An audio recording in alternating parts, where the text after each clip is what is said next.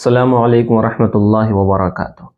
मोहतरम हज़रात, जैसा कि आपको मालूम होगा कि हमारे इस स्टेट में भी यानी कि उत्तर प्रदेश में भी 4 नवंबर से SIR लागू हो चुका है और बहुत कम वक्त है जो इसके लिए हमको दिया गया है। कुल 1 महीने का टाइम है। देखा जाए तो टाइम तो काफ़ी है, लेकिन आलसी लोगों के लिए कम है। हमको इससे मुतहर्रिक होना पड़ेगा और हमको इस पे तवज्जो देनी पड़ेगी। जैसे कि अभी हमने देखा कि बिहार में लागू हुआ था, अब जो है 12 स्टेट में लागू हो चुका है, उसमें से हमारा उत्तर प्रदेश भी है और ये 4 दिसंबर तक रहेगा। अब ये है कि हमको करना क्या है इसमें, हमको ये देखना है कि हम करेंगे क्या और कैसे-कैसे फॉर्म जमा होंगे। तो सबसे पहले मैं आपको ये एडवाइस देना चाहूँगा, आप अपने इलाके के वकील साहब से मिलिए, जो आपका वकील आपके टच में हो, उनसे बात कीजिए, पढ़े-लिखों से बात कीजिए जो इसके बारे में नॉलेज रखते हों कि इसका सामना कैसे किया जाएगा। लेकिन कोई भी कानून आए, जैसे कि अब ये भी आया SIR, तो मैं आपसे पहले ये कहना चाहता हूँ कि मुसलमान बहुत जल्दी घबरा जाता है। हमें घबराना नहीं चाहिए, सबके लिए लागू है। अब क्योंकि हमारी शरीयत भी हमको मना करती है कि घबराने से काम नहीं चलता, बल्कि हमको मुसीबत का, परेशानी का सामना करना चाहिए कि हम इसको सामना कैसे करना है। ये तो ज़िंदगी है, परेशानियाँ आती रहती हैं, ख़त्म होती रहती हैं, तो ये दुनिया है, ज़िंदगी दुनिया की है, सुकून तो हमें जन्नत में मिलेगा। तो इसलिए यहाँ पे परेशानियाँ हैं, उसका सामना करें, डट के सामना करें, तो ऐसा कोई मसला नहीं, आप इसकी तैयारी कीजिए। तैयारी में हमको क्या करना है, कैसे होना है, तो ये है कि जो मैं आपको मुख्तसर तौर पर बता दूँ, आपके घर पे खुद BLO आएँगे, उनसे आप मिलिए, वो फॉर्म देंगे, वो फॉर्म फिल करके आपको जमा करना है। लेकिन कैसे? कि जो सन 2003 2-3 की लिस्ट में जिसका वोट था, जैसे कि हमारे वालिद का सन 2003 और 4 में लिस्ट बनी थी, SIR हुआ था, तो उसमें अगर वोट था, तो वो फ़ार्म फिल करेंगे और फ़ार्म के साथ उसकी कॉपी लगाएँगे और वो जमा कर देंगे, उनका तो काम ख़त्म हो जाएगा, कोई मुश्किल नहीं है। लेकिन अगर जैसे कोई मेरी उम्र के हैं, जिनका वोट सन 2003-4 के बाद बना हो, वो लोग, अब उनका तो वोटर लिस्ट में नाम था नहीं सन 2003 की लिस्ट में, तो वो क्या करेंगे? उनका तो बाद में बना है, जैसे 8 में, 10 में, 15 में बाद में बना है। तो अब उनको क्या करना है? उनको ये करना है कि जो फ़ॉर्म मिलेगा उसको फ़िल करना है और फ़िल करने के बाद अपने वालिद का, अपनी वालिदा का, इनका किसी का वोटर लिस्ट की कॉपी निकालनी है जो सन 2003 2-3 में था, जिसका नाम वालिद का, उनकी कॉपी लेकर के अपने फ़ॉर्म के साथ लगा देनी है कि भाई हमारा बाद में बना है, और अपनी कॉपी भी निकालनी है जिस सन में हमारा बना था, वोटर लिस्ट की कॉपी निकालनी है, अपने वालिद की निकालनी है और फॉर्म फिल करना, तीनों को लगा के BLO को दे देना है। ये बात ख़त्म हो जाती है और ये इंशाल्लाह ऐसा हो जाएगा। वोटर लिस्ट में हमारा जो वोटर लिस्ट बन के आएगी, उसमें हमारा नाम आ जाएगा।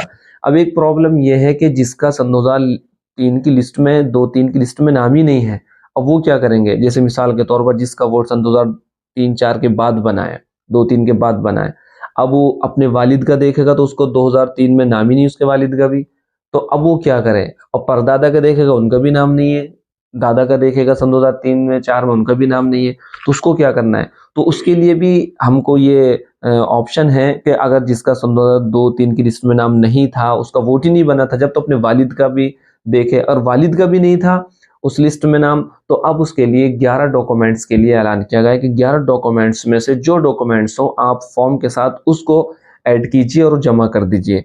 अब वो 11 डॉक्यूमेंट्स क्या हैं, आप देख सकते हैं, BLO से मालूम कीजिए और अपने वकील साहब से मालूम कर लीजिए। सारे डॉक्यूमेंट्स कोई ज़्यादा मुश्किल नहीं है। उसमें से ईज़ी डॉक्यूमेंट्स जो हैं, सबसे पहले आप अगर बनवा सकते हैं तो काफ़ी टाइम है, तो पासपोर्ट बनवा लीजिए।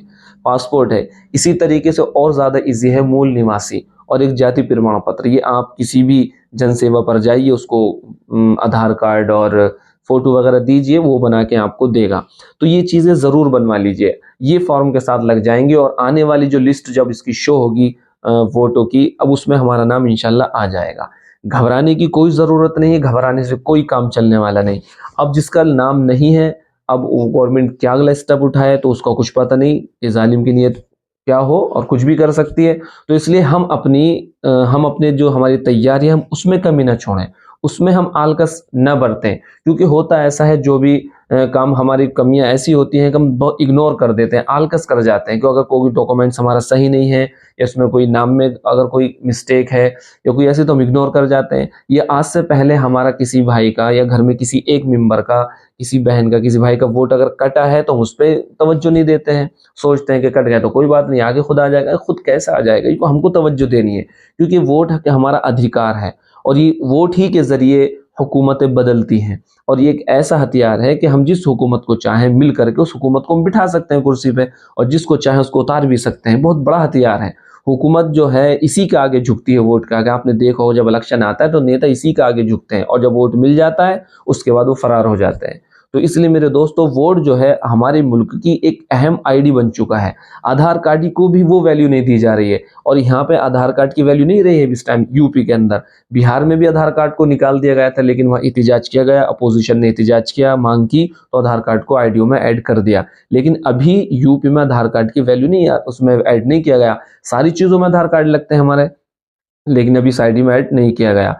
अगर हो सकता अपोजिशन साथ दे, लोग साथ दें, और कोर्ट का हुक्म आ जाए, उसका फैसला आ जाए कि आधार कार्ड भी माननी है, आधार कार्ड दिखाओ, तो उससे हमारा वोट बन जाए।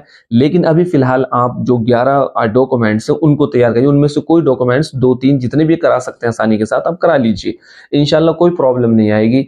और दूसरी आखिर में बात ये कहूँगा, जो हमारे भाई पढ़े लिखे हैं, नौजवान जो हमारे पढ़े लिखे हैं, जानते हैं इस बारे में, तो वो और नॉलेज हासिल करके वो अपने महल्लों में, अपने रिश्तेदारों में, अपनी बस्ती में एक दूसरे की मदद करें और उनको रास्ता बताएं कि इसको ऐसे बनवाना है, इस कागज़ को ऐसे बनवाना है, ये डॉक्यूमेंट्स वहाँ बनेगा।